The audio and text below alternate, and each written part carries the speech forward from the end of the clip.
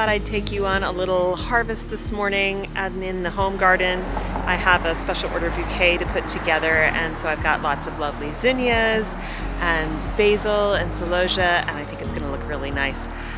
So join me in building this bouquet.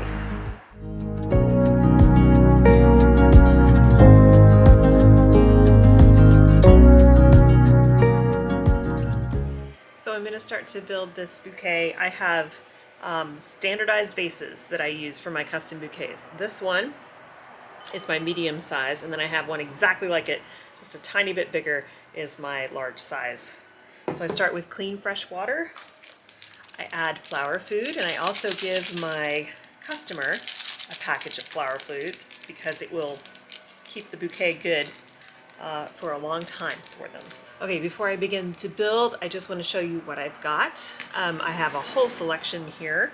I think my theme is going to be white and pink. This is for a friendship bouquet, so I think that would be nice. I've got these gorgeous white zinnias, which I think will look really awesome in there. I have a variety of pink zinnias as well. I think I even have, this one's a slightly different color. And then I also have this yarrow, which is white and pink.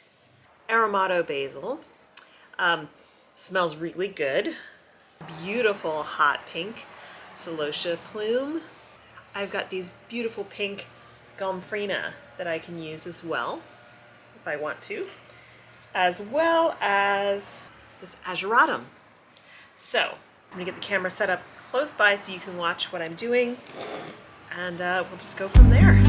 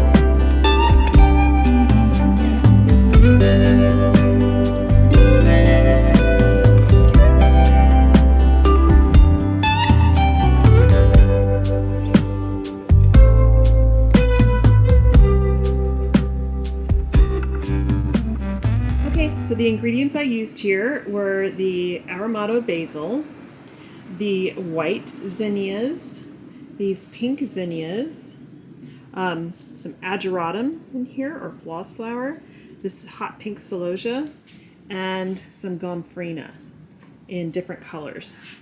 One thing you should keep in mind when you're building bouquets is work in, or arrangements in general, work in odd numbers. There's something about that is pleasing to the mind. So 1, 3, 5, 7 of things. Same thing like if you're decorating your fireplace mantle. Work in odds. There's just something about that composition that the brain likes and responds to. Okay, so the bouquet is done. Now I need to bunch these guys, these 2 buckets of flowers, for drying, because you don't want to waste anything.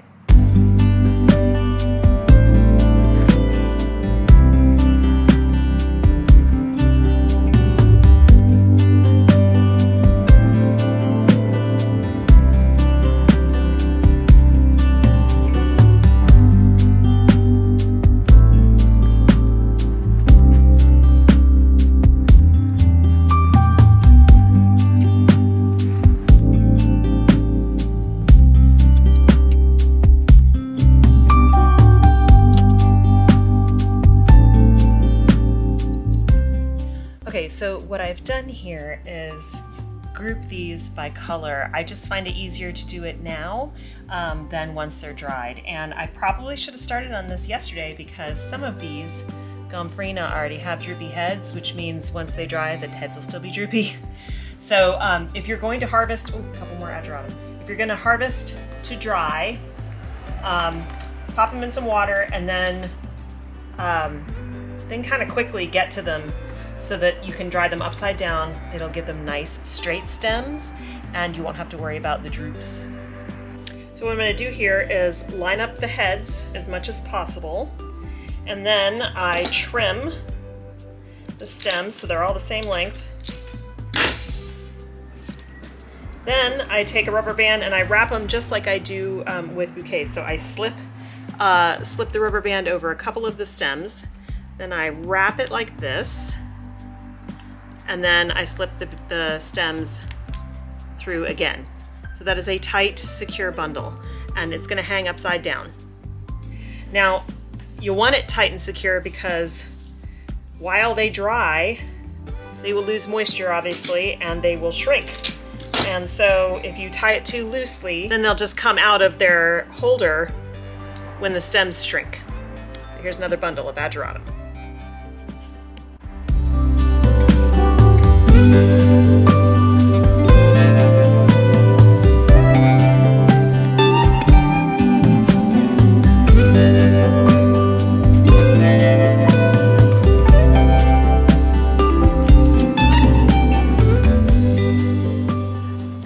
So now you have all of your bundles and you're ready to hang them to dry, and you can do this in a lot of different ways. We don't actually have a system yet here at the house, but we want to get one. So right now I just do it in my garage, and I totally rigged up something. I have these irrigation poles that we're not using for anything, so I just slide the rubber band over them and they hang upside down to dry. It's not the best system in the world, but it does keep them out of our way. I used to, for a while, I was hanging them over our squat rack, but when you want to use the squat rack, these get in the way. So, yeah. So I'm going to dry a whole lot more celosia. The field is full of it right now, and since that's the only ingredient I have, and it's not like I can make a whole bunch of bouquets out of just celosia, I'm going to dry it all. And I think it'll be gorgeous because I've got a bunch of different colors. So in the meantime, these guys will hang out in here. And we are going to build a nice little drying rack that we can raise and lower here in the garage. What you want to make sure when you're drying is that you keep them in a place that is arid.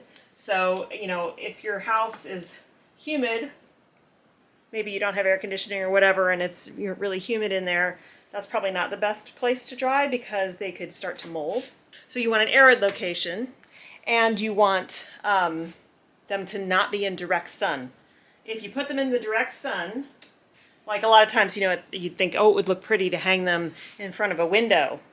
That's fine if you're not going to use them for anything else later. But if you're drying them and you want them to keep their color, don't put them in the direct sun or they will lose all their color and they'll just be bleached out. If you don't mind that look, then go for it. And then how long does it take? Well, it just depends on the weather, the temperature in your drying area, the amount of moisture in your drying area. So, you know, usually for me it takes about a week. If it's been really hot, it might only take a day or two. Just depends. Also depends on how much moisture is in your flowers to begin with. So these guys, I think, will probably be, like the basil's going to take a lot longer, but the Gomphrena and the ageratum probably going to be ready in a couple of days. So we'll come back and check them at that point, but give this a try. If you get a bouquet at the store and before it starts to go completely on you, you can take all those flowers out, wrap them up, and hang them upside down and dry them. Some of them may not look great once they're dried, but a lot of them will. So give it a try. It's a way to extend what you've got. It's also a way to kind of keep from throwing things out. So now it's time for me to go deliver this to the customer. Thanks for hanging out with me today. I hope you learned something, and I hope you had fun. Enjoy yourself in your garden, and I will see you in the next video. Bye.